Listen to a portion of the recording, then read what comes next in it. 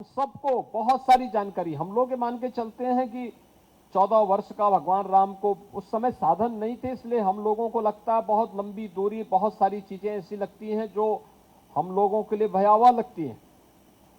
लेकिन आज साधन है तो एक एक स्थल उस समय की गवाह हैं कि भगवान राम किन मार्गों के माध्यम से वनों में गए थे और उस समय के समाज को उन्होंने कैसे सभ्य बनने की दिशा में अग्रसर करने के लिए एक सुरक्षित माहौल देने का काम किया था।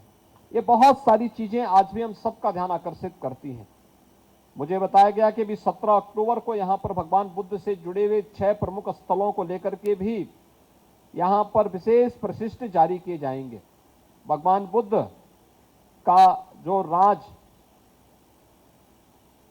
परिवार था वह कपिलवस्तु में निवास करता था।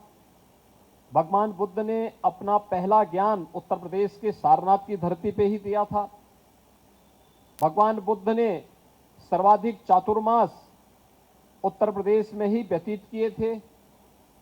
भगवान बुद्ध से जुड़ा हुआ 3 अन्य महत्वपूर्ण केंद्र महापरिनिर्वाण स्थली कुशीनगर उत्तर प्रदेश में है, कौशाम्बी उत्तर प्रदेश में है और संकिसा यह भी उत्तर प्रदेश के अंदर है। ये 6 प्रमुख स्थल उत्तर प्रदेश में भगवान बुद्ध से जुड़े हुए हैं, जहां पर पूरे देश और पूरी दुनिया के बौद्ध के अनुयायी आकर के इन सभी स्थलों के प्रति अपनी आस्था को व्यक्त करते हैं। और जब भी विश्व मानवता के सामने कोई संकट खड़ा होगा तो मैत्री और करुणा के लिए बुद्ध की ओर आशा भरी निगाहों से देखेगा, बुद्ध की धरती की ओर आशा भरी निगाहों से देखेगा। ये स्वाभाविक रूप से कलेक्शन अपने आप में अतीत को समेट करके इतिहास का एक बृहद ज्ञानवर्धन का कोष भी संकेत और डाक टिकटों के माध्यम से और स्पेशल कवर के माध्यम से हम सबके सामने प्रस्तुत करता है। अन्य अनेक ऐसी घटनाओं का साक्षी उत्तर प्रदेश है। अगर आप कहेंगे कि भारत की आध्यात्मिक और सांस्कृतिक विरासत की आत्मा कहीं निवास करती है तो वह स्थल कोई हो सकता है तो उत्तर प्रदेश हो सकता है।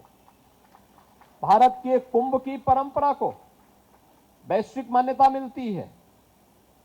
यूनेस्को से अमूर्त सांस्कृतिक मानवता की अमूर्त सांस्कृतिक धरोहर के रूप में मान्यता देता है।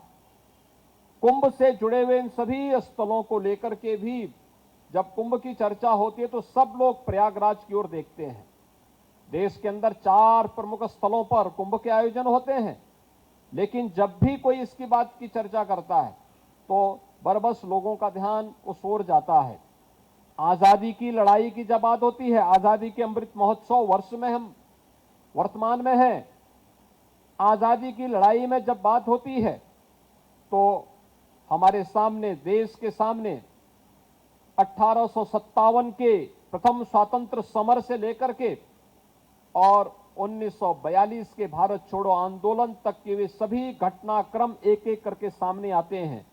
कैसे उत्तर प्रदेश में ही जन्मे मंगल पांडे ने इस 1857 के प्रथम स्वतंत्र समर का शुभारंभ किया था।